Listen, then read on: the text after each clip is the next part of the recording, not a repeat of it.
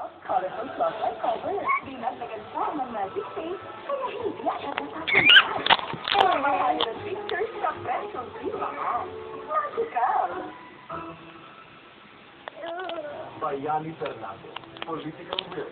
Inhinyerong may tapang plano at pangarap, inaunlad niya ang Marikina.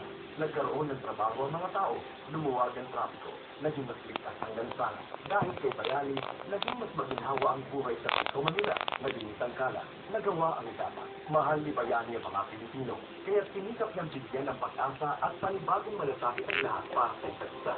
Gordon Bayani, pagpapagong kailangan para sa ating bagong bayan.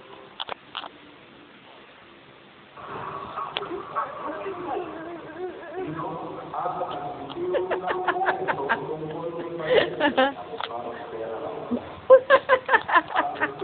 ha.